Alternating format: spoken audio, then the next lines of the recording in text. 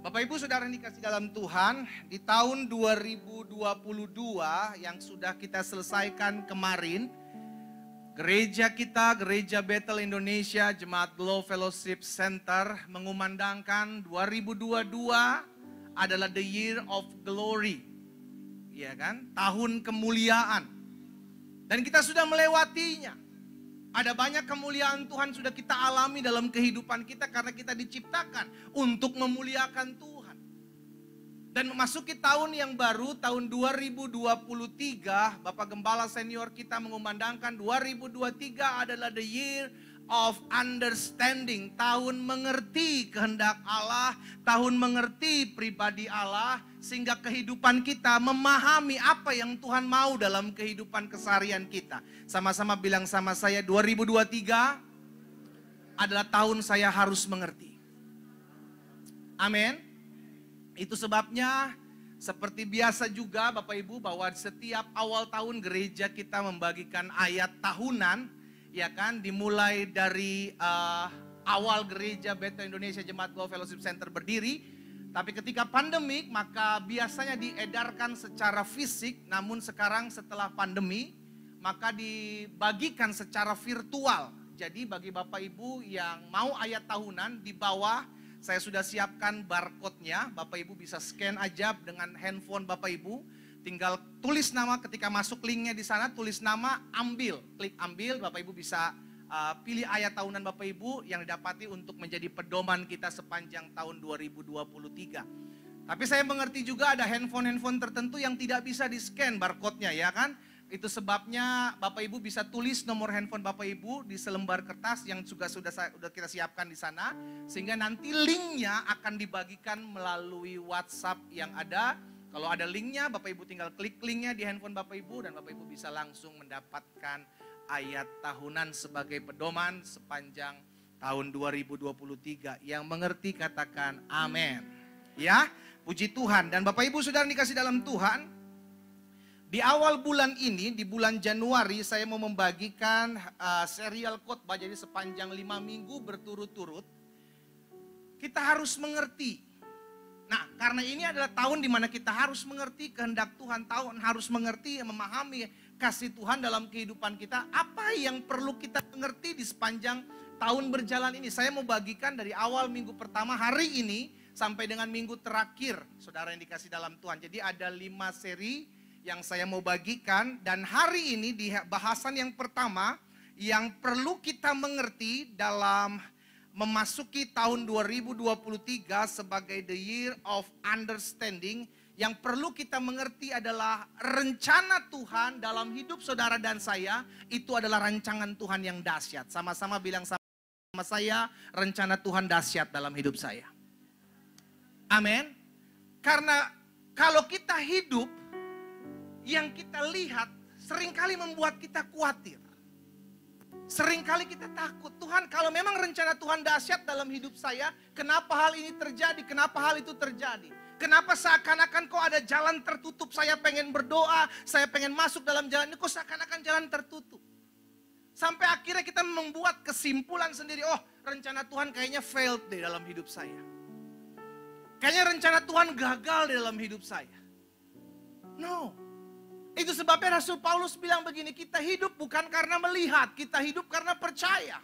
Saya mengerti 2022 ada banyak anak-anak Tuhan menangis. 2021, 2022 ada banyak anak-anak Tuhan menangis. Ekonominya digoncangkan, ekonomi bergoncang, rumah tangga ikut bergoncang. Tapi izinkan saya membagikan hal ini dan mengingatkan hal ini. Tahun 2023 kita harus mengerti. Sama-sama bilang sama saya harus mengerti. Apa yang perlu kita mengerti? Hari ini saya mau bagikan, kita perlu mengerti bahwa rencana Tuhan dahsyat dalam hidup saudara dan saya. Rencana Tuhan luar biasa dalam hidup saudara dan saya. Dia sudah menyiapkan segala sesuatunya. Cuman seringkali yang menggagalkan rencana Tuhan dalam kehidupan kita karena kita nggak sabar.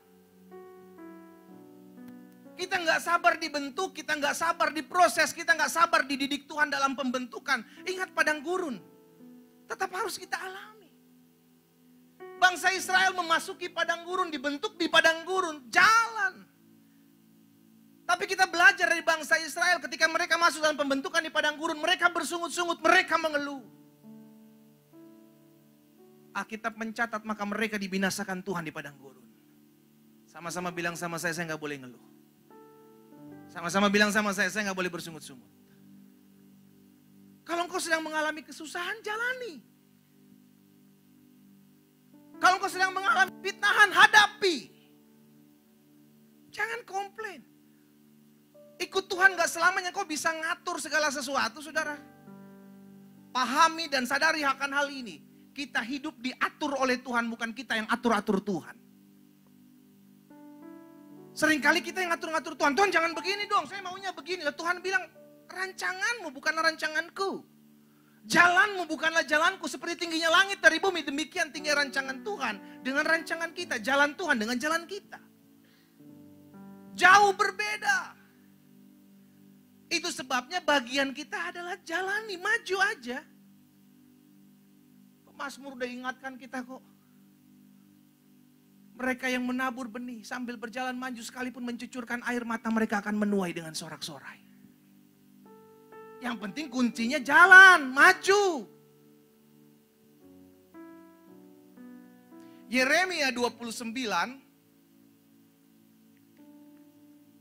ayat 11.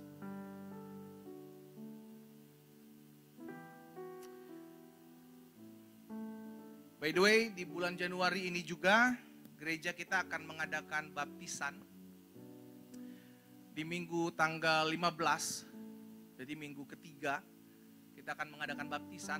Sudah ada 3 orang, ya, 3 orang. Dan bagi Bapak Ibu yang punya kerabat, kenalan, keluarga, saudara belum dibaptis, arahkan agar mereka juga bisa mengikuti dan mengambil bagian dalam baptisan di awal tahun ini, ya. Tanggal 15 saya sendiri yang akan membaptis setiap orang-orang atau jiwa-jiwa yang akan dibaptis. Tapi sebelumnya akan ada konseling atau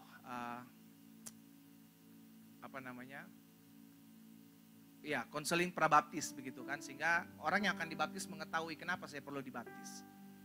Gitu ya. Tanggal 15 Januari sudah ada 3, jadi bagi Bapak Ibu yang punya kenalan, kerabat dan rindu mau dibaptis, Bapak Ibu bisa menghubungi sekretariat gereja kita yang ada di bawah nanti, atau dengan pelayan pengerja kita, atau ada Pak Irwan, bisa menghubungi beliau sehingga beliau bisa arahkan, ya. Itu sebagai informasi. Yeremia 29 ayat 11. Sebab aku ini mengetahui rancangan-rancangan apa yang ada padaku. Ini firman Tuhan. Tuhan tahu rancangan-rancangan apa yang ada pada Tuhan mengenai siapa? Mengenai saudara dan saya. Sebab aku mengetahui rancangan-rancangan apa yang ada padaku, firman Tuhan, mengenai kamu, demikianlah firman Tuhan. Apa sih rancangan Tuhan? Apa sih rencana Tuhan? Yaitu rancangan damai sejahtera dan bukan rancangan kecelakaan. Rancangan keberhasilan dan bukan rancangan kegagalan. Itu destiny Tuhan buat hidup saudara dan saya.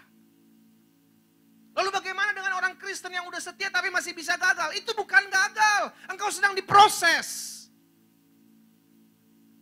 Kapan kita tahu itu gagal atau sedang proses? Akhirnya dong. Akhir dari segala sesuatunya apa? Bangsa Israel ketika memasuki padang gurun, mereka cuma lihat padang gurunnya, mereka nggak tahu bahwa di balik padang gurun ada negeri yang berlimpah susu dan madunya. Itu tujuan Tuhan, bukan padang gurun. Padang gurun itu bukan tujuan akhir. Halo? Kurang tidur ya? Kok diem-diem baik? Ada yang tidur jam 5, ada yang tidur jam 3. Saya bilang haleluya. Tahu gitu tadi malam saya ibadah sampai jam 12 aja. Terus saya cepet-cepetin. Tetap semangat, amin. Sekalipun mata kriap-kriap, maafkan saya kalau saya agak sedikit gentak-gentak, itu untuk membangunkan saudara. Tiba-tiba saudara kaget, itu tujuannya. Akhirnya goalnya terselesaikan. Ya, tujuan Tuhan gak pernah ngasih tujuan yang gagal, saudara. Yang membuat kita gagal adalah karena kita salah melangkah. Yang membuat kita gagal karena kita gak sabar.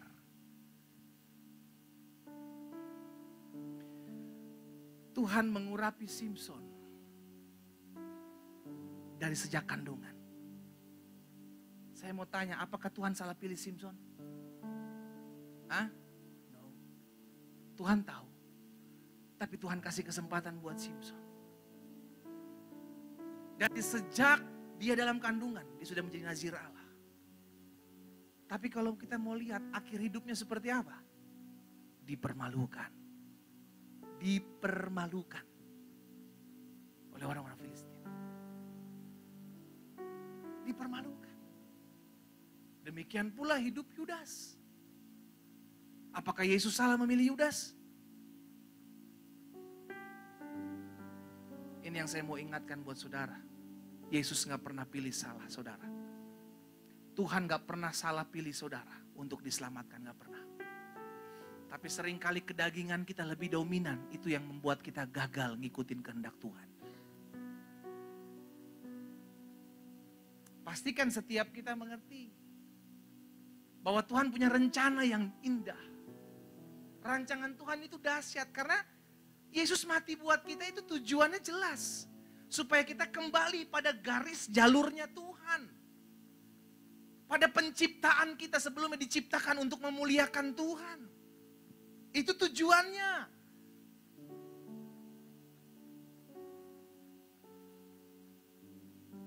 Sebab aku ini mengetahui rancangan-rancangan apa yang ada padaku mengenai kamu, demikian firman Tuhan. Jadi Tuhan tahu loh saudara, jangan bilang Tuhan gak tahu. Tuhan tahu apa yang Tuhan udah siapkan.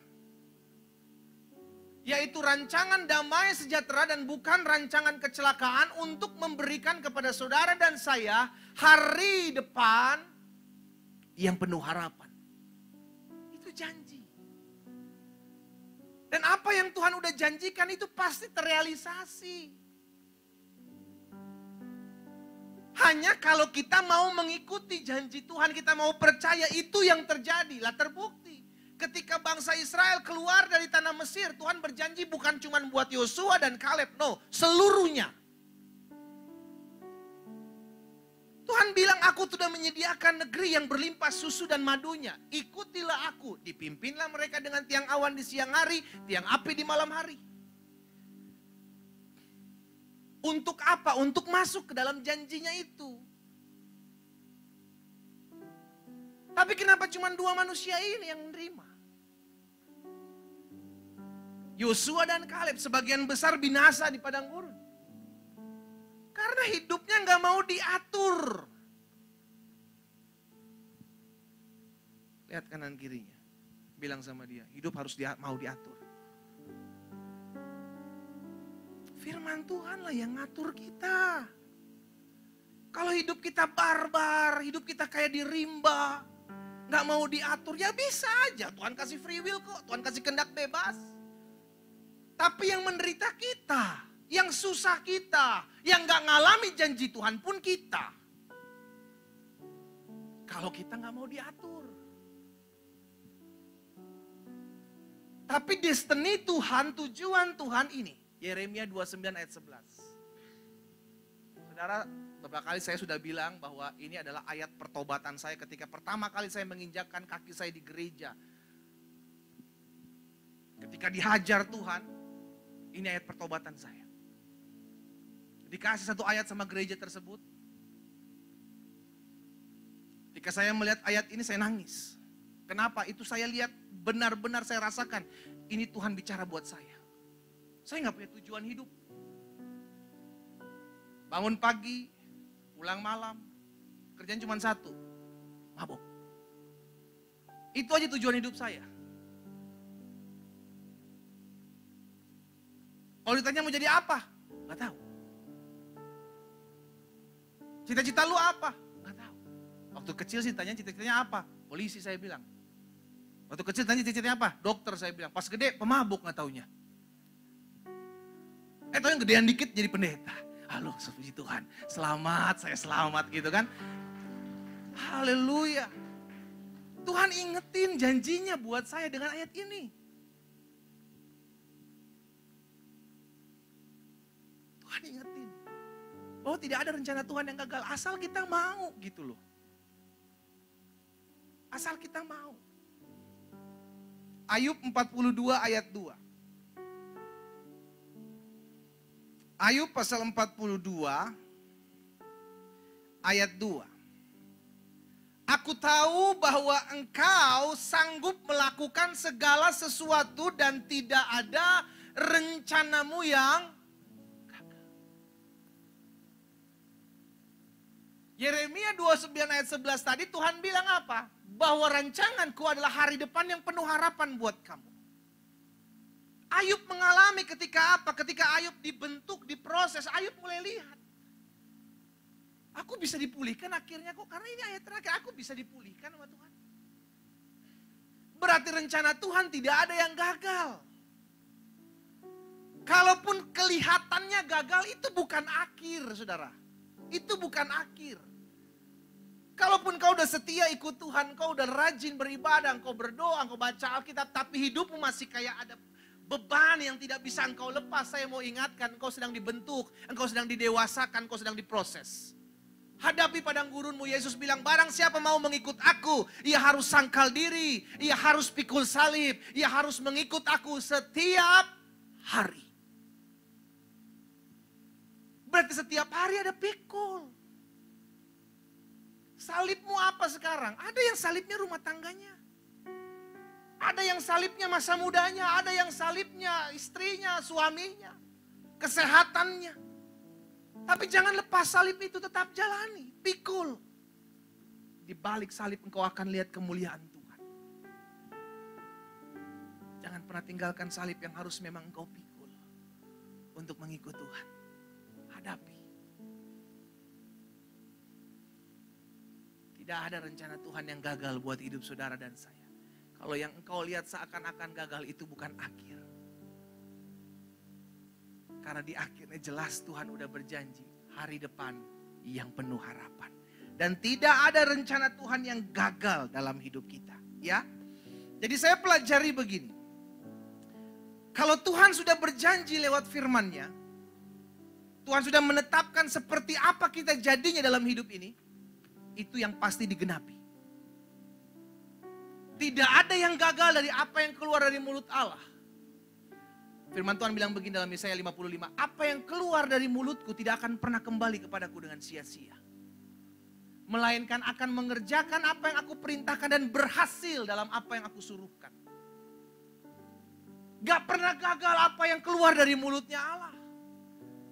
Tapi bagian kita mengerti, ketika kita mau berlindung dalam payungnya Tuhan, maka engkau akan melihat kegenapan apa yang Tuhan janjikan dalam hidupmu terjadi. Selama engkau berlindung, selama engkau mau taat, selama engkau mau setia. Jangan fokus dengan apa yang kau lihat dan kau hadapi hari ini. Itu bukan akhir dari rencana Tuhan. Akhir dari rencana Tuhan, Yeremia 29 ayat 11, itu akhir dari rencana Tuhan.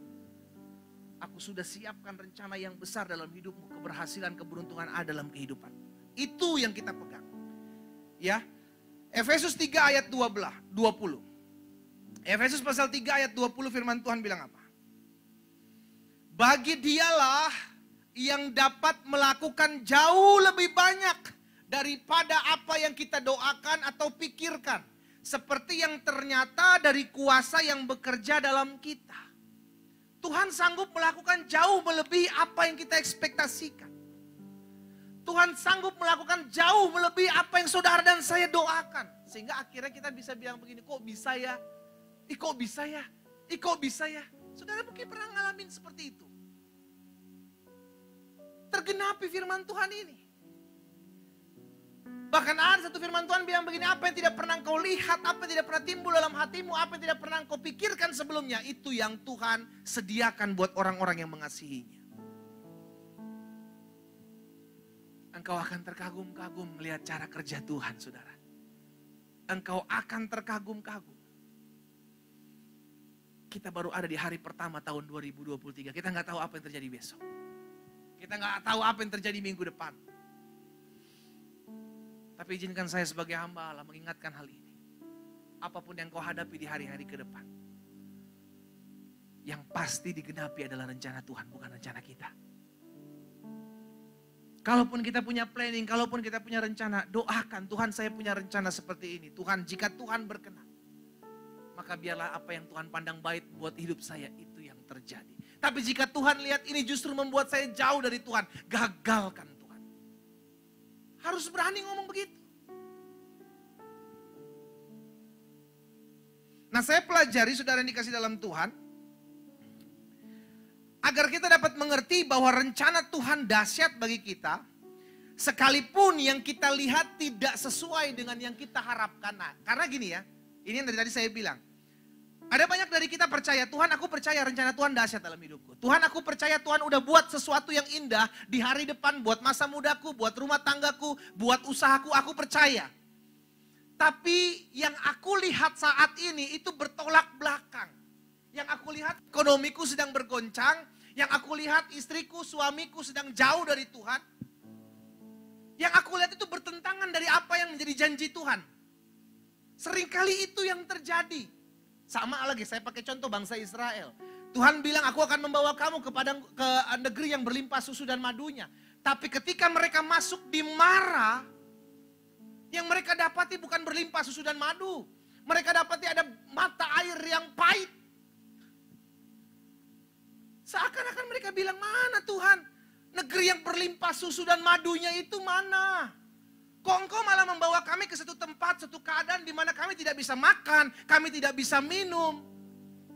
Saudara tahu apa yang terjadi setelah marah? Ada tempat yang bernama Elim. Di mana di dalam Elim itu ada 12 mata air dan 70 pohon kurma. Tapi saya mau ingatkan, engkau harus mengalami apa yang disebut dengan marah. Tempat di mana engkau dibentuk, tempat di mana engkau tidak mendapatkan apa-apa yang menjadi keinginanmu. Disitulah Tuhan memprosesmu, apakah engkau ikut Tuhan karena berkat, atau engkau ikut Tuhan karena engkau memang mengasihi Tuhan. Kau diuji di tempat itu. Engkau berdoa tidak kunjung disembuhkan, apakah engkau tetap berdoa atau engkau mulai kecewa dengan Tuhan? Disitulah engkau diuji. Engkau berdoa, ekonomimu belum dipulihkan oleh Tuhan, apakah engkau tetap mau datang beribadah, bersyukur, atau engkau jauh dari Tuhan? Disitulah engkau diuji. Bangsa Israel ketika masuk di Mara, mereka bersungut-sungut. Tuhan mana? Lebih baik kami tinggal di Mesir, menghadap kuali, tapi kami mati gak apa-apa. Daripada kami harus ada di satu tempat yang tidak bisa makan, tidak bisa minum. Saudara yang dikasih dalam Tuhan. Kalau hari-hari ini kau sedang diperhadapkan dengan satu keadaan yang seakan-akan tidak ada pertolongan Tuhan. Saya mau ingatkan, jalan terus. Karena di depan situ Tuhan sudah menyiapkan hal-hal yang besar dalam hidupmu. Jangan berhenti dan stuck mengeluh dan bersungut-sungut, stop. Maju terus. Melangkah dulu. Karena marah bukanlah tujuan akhir hidupmu. Ada tempat di mana Elim. Tuhan sudah sediakan berkat-berkatnya di sana. Ketika engkau mau maju, melewati marahmu. Hadapi penderitaanmu, hadapi kesusahanmu. Tidak selamanya ikut Tuhan enak.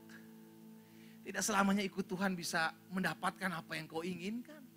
Tidak selamanya engkau berdoa, semua yang kau doakan kau terima. Disitulah Tuhan mendewasakan kita. Karena rencana Tuhan dahsyat dalam hidup kita itu yang perlu kita mengerti. Sekalipun yang kita lihat tidak sesuai dengan kita harapkan, maka yang pertama saya mau bagikan. Kita harus belajar percaya bahwa Tuhan sedang mengarahkan kita dalam rencananya. Kuncinya satu, percaya dulu.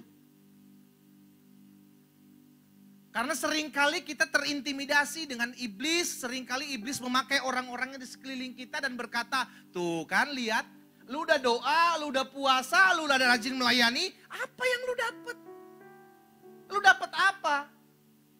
Sama hidup lu masih susah, bahkan lebih baik gua yang setiap hari mabok, yang setiap hari lakukan hal-hal yang tidak berkenan kepada Tuhan. Intimidasi itu akan tetap ada dalam hidup kita. Jangan sampai kita berpikir, iya ya bener juga ya. Kayaknya hidup orang berdosa lebih enak daripada hidup orang yang taat kepada Tuhan. Engkau sudah masuk jebakan iblis. Iblis akan terus mainkan perannya dan dia akan pakai orang-orang yang antek-anteknya di sekeliling kita untuk menggocoh iman kita. Sehingga akhirnya kita mulai ragu, bener gak sih saya ikut Tuhan? Saya udah setia lakukan ini.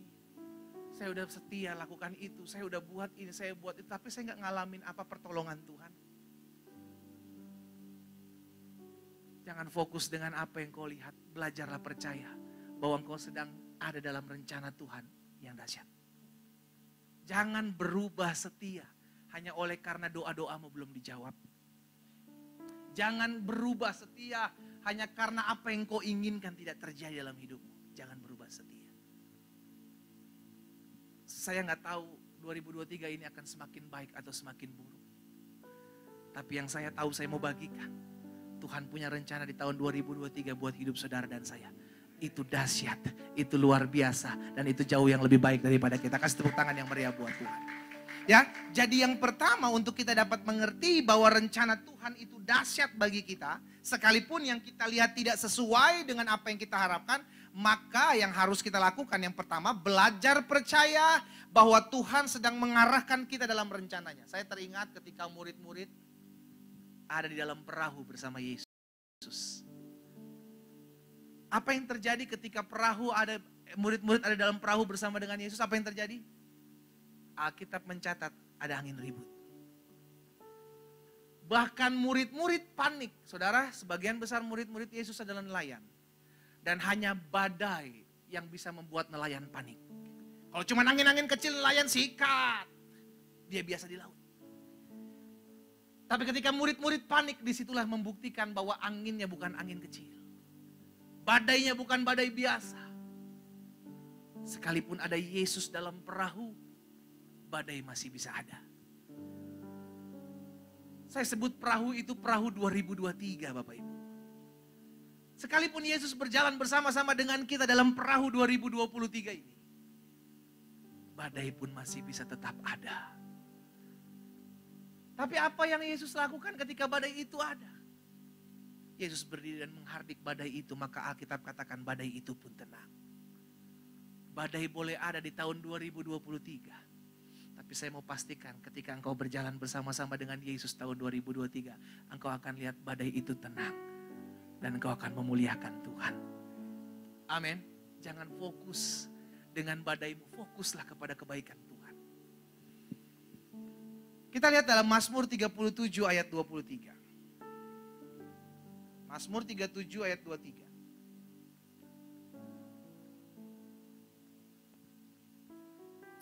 Yuk kita baca sama-sama yuk. Mazmur 37 ayat yang ke-23. Apa firman Tuhan katakan di sana?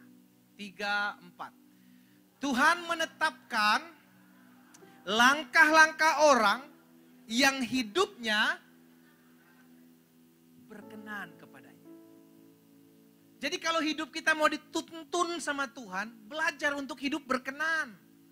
Apa sih hidup berkenan? Sederhana, kau mau taat. Orang taat itu hidupnya gampang diatur sama Tuhan. Belok sini, di depan ada bahaya. Dia belok. Karena taat. Orang taat itu gampang diatur. Gampang diarahkan oleh Tuhan masuk dalam rencana Tuhan. Yang repot ini kalau orangnya kepala batu. Lihat kanan kirinya, tanya, lu kepala batu enggak? Jangan sampai jadi orang-orang kepala batu. Tuhan bilang belok kanan, dia bilang enggak Tuhan, kiri lebih bagus. Tuhan bilang sok we lah.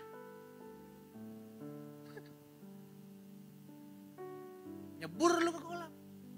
Tuhan bilang kan gua bilang belok kanan bos, lu gak ngikut. Ujung-ujungnya dia nyebur salahin Tuhan, Tuhan gak nyertai saya ya, Tuhan gak tolong saya. Malaikat bilang, Tuhan tempeleng jangan. Tuhan bilang jangan, itu anak saya kasih. Orang yang taat, itu gampang diatur oleh Tuhan. Tuhan menetapkan langkah-langkah orang yang hidupnya berkenan kepadanya. Saya berdoa biar umat yang oleh Tuhan percayakan saya layani di gereja ini. Jadi orang-orang yang taat. Ikuti apa yang Tuhan bilang. Tuhan bilang jangan. Sekalipun keadaan susah. Kalau Tuhan bilang lakukan. Sekalipun keadaan tidak bisa. Belajar untuk taat. Kalau engkau mau melihat langkah hidupmu, Tuhan tetapkan untuk membawa engkau masuk dalam seluruh rencana Tuhan. Belajar taat. Sekalipun yang kau lihat seringkali membuat engkau takut. Sekalipun yang kau lihat membuat engkau khawatir. Tapi ingat, selama engkau taat, Tuhan menetapkan langkah hidupmu untuk membawa engkau masuk dalam seluruh rencananya. Yang kedua, Untuk kita dapat mengerti bahwa rencana Tuhan dahsyat dalam hidup kita, sekalipun yang kita lihat tidak sesuai dengan yang kita harapkan, maka tugas kita yang pertama, kita harus belajar percaya bahwa Tuhan sedang mengarahkan kita dalam seluruh rencananya. Yang kedua, belajar untuk hidup berserah. Gak gampang. Tapi kalau orang bisa percaya di poin yang pertama, maka dia belajar untuk berserah. Tuhan, aku menyerahkan rumah tanggaku kepada Tuhan. Aku menyerahkan ekonomiku, usahaku, dagangku, pekerjaanku, masa mudaku. Aku serahkan sama Tuhan. Orang yang hidupnya berserah, itu diambil alih penuh sama Tuhan. Karena berserah. Selama kita hidup berserah, kita tahu Tuhan yang atur kok. Kita ngelangkah aja, kita berjalan aja. Tapi Tuhan yang akan tetapkan. Itu kunci berserah. Ingat, ketika kita berserah, tidak keadaan menjadi mudah. Tapi ketika kita berserah, kita tahu semua Tuhan yang akan atur buat hidup saya. Tapi poin pertama, jangan kau lupakan, belajar percaya. Aku udah percaya nih Tuhan, aku setia, aku lakukan apa yang menjadi bagianku. Aku tahu masalah gak gampang dalam hidupku. Tapi aku mau belajar percaya, aku sedang dalam jalan-jalannya Tuhan. Langkah kedua yang kau mesti lakukan, belajar untuk berserah. Itu yang Yesus ajarkan dalam Matius 26 ayat 39. Matius pasal 26 ayat 39. Di dalam taman Getsemani. Maka Yesus maju sedikit lalu sujud dan berdoa katanya, ya Bapakku, jikalau sekiranya mungkin, biarlah cawan ini lalu daripadaku, tetapi jangan seperti yang ku kehendaki, melainkan seperti yang Engkau kehendaki. Yesus mengajarkan kepada setiap kita di taman Getsemani berserah. Kalau memang ada rencana kita yang gagal, it's okay. Kalau memang ada planning kita yang belum terrealisasi di tahun 2022, jangan komplain. Apa-apa kan? Kalau memang ada rencanamu yang gagal dan tidak terrealisasi, why? Kita percaya kok janji firman Tuhan jelas. Kita pegang Yeremia 29:11. Rencana Tuhan adalah rencana yang dahsyat. Itu yang kita pegang. Sekalipun kegagalan demi kegagalan kita alami. Kenapa? Karena kita tahu itu bukan akhir dari rencana Tuhan. Kegagalan adalah sebuah pembelajaran. Supaya kita mengerti bahwa Tuhan ada menyertai setiap kita di tengah-tengah kegagalan kita. Yang pertama, kita harus percaya. Yang kedua, kita harus berserah. Dan yang ketiga, yang terakhir, untuk kita dapat mengerti bahwa rencana Tuhan dahsyat bagi kita. Sekalipun yang kita lihat tidak sesuai dengan apa yang kita harapkan, maka yang harus kita lakukan yang ketiga, yang terakhir, hadapi setiap pembentukan, setiap pendidikan yang Tuhan sedang buat dalam hidupmu. Jangan lari. Selalu saya ingatkan dan berulang-ulang akan saya ingatkan. Yang Yesus sediakan adalah jalan keluar, bukan jalan pintas. Yesus menyediakan jalan keluar buat saudara dan saya dan bukan jalan pintas. Gak ada shortcut dalam kehidupan kita, gak ada. Apa bedanya jalan pintas dengan jalan keluar, Pak? Jalan keluar, engkau harus lewati padang gurunmu. Baru di sana engkau lihat jalan keluar. Tapi jalan pintas hanya untuk orang-orang yang tidak mau dibentuk. Dia cari jalan pintas. Perceraian adalah jalan pintas. Yang rugi siapa? Anak-anak. Korupsi adalah jalan pintas. Ada banyak jalan pintas yang ditawarkan oleh iblis di tahun 2023. Tapi saya mau ingatkan buat setiap kita, Yesus kita tidak menyediakan jalan pintas. Yesus kita menyediakan jalan keluar.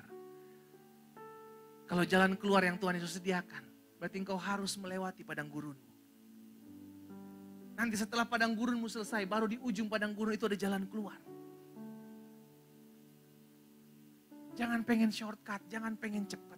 Kalau memang kita harus dibentuk di masalah ini, di pergumulan ini, hadapi.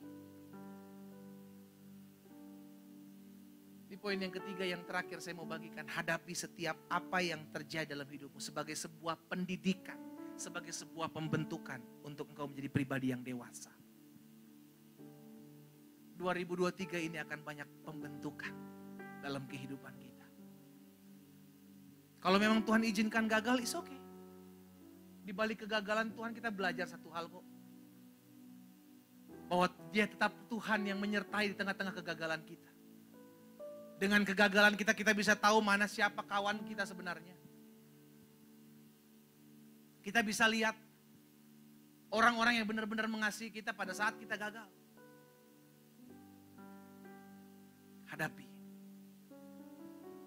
3 hal ini saya bagikan sebagai pesan di awal tahun. Kita menjalani tahun 2023 ini. Percaya bahwa Tuhan sudah siapkan rencana Tuhan yang besar. Rancangan Allah yang dahsyat dalam hidup. Yang kedua, belajar berserah. Kenapa kita perlu berserah? Karena tidak selamanya apa yang kita inginkan terjadi. Tidak selamanya apa yang kita doakan digenapi Tuhan. Belajar berserah. Kita cuma bilang, Tuhan kalau memang Tuhan pandang baik, saya harus mengalami ini. Jalankan Tuhan. Karena di balik setiap pembentukan, selalu ada berkat kemuliaan Tuhan yang Tuhan nyatakan. Dan belajar hadapi itu. Kalau engkau bilang, tapi ini pendeta terlalu berat buat hidup saya. No, gak ada yang berat. Tuhan udah berjanji kok saudara. Pencobaan-pencobaan yang kamu alami tidak akan pernah melebihi kekuatanmu. Itu janji Tuhan. Kalau Tuhan izinkan pencobaan, Tuhan izinkan badai, Tuhan izinkan masalah, tidak akan pernah melebihi kekuatan saudara. Tuhan pasti tahu, engkau pasti sanggup melewatinya. Karena itu yang kau perlu lakukan adalah hadapi. Jalani. Di ujung sana Tuhan sudah sediakan jalan keluar yang terbaik buat setiap kita.